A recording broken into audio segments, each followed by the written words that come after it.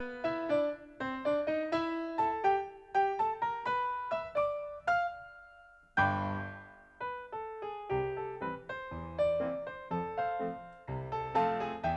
Burbank was a very dedicated person, and his dedication to his own career of agriculture and botany, he gave the same kind of dedication to the fraternity. Freemasonry is probably the oldest and largest fraternal organization in the world. Beethoven was a Mason. Mozart was a Mason. Several kings and princes have been Masons.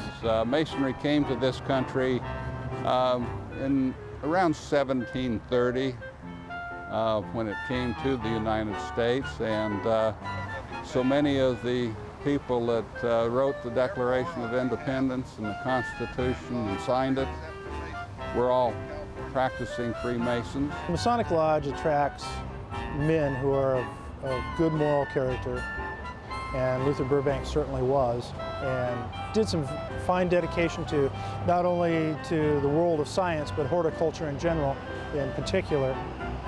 And he was not only a member of Santa Rosa Lodge number 57, but he also became a member of the Scottish Rite Foundation here in Santa Rosa, and was one of 3 people in the United States to be given the honorary degree of 33rd degree Mason after only 5 years of being a Mason. That's usually an honor that's given to someone after they've been a Mason for quite a while. It is fitting, therefore, to rededicate the plaque commemorating his association with Freemasonry, a brother skilled in our ancient craft as he was skilled in the growing and propagation of living things. It was in honor of Luther Burbank, and it was presented to Luther Burbank Home and Gardens in 1961. So we want to rededicate it today on the 150th anniversary of the Lodge. Santa Rosa Lodge number 57 was instituted June 16, 1854, and it was formed by 16 charter members, one of whom was the half-brother of Kit Carson, a very famous American, and also a fellow Mason.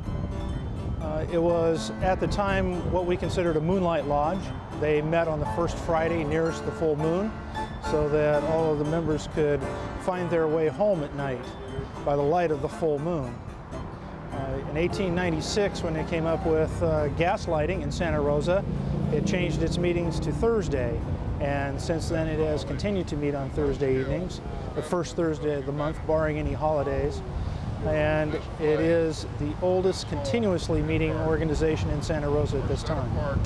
The second lodge building that the lodge built on 4th and D Street in downtown Santa Rosa was destroyed by the 1906 earthquake before we ever had a meeting inside the building.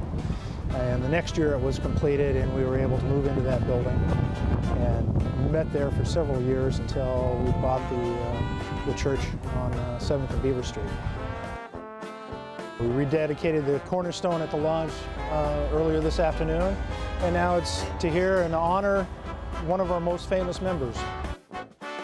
Cornerstones were used to locate a building's exterior so that it would be built with the walls straight up and down, and we try and build our lives in the same manner, straight up and down, a higher level of living. One of the things that I've noticed here at this home is a picture of Luther Burbank, Thomas Edison, and Henry Ford, all individual people that were inventors of their time, and they were all practicing Freemasons. And it was quite an honor to see that picture here.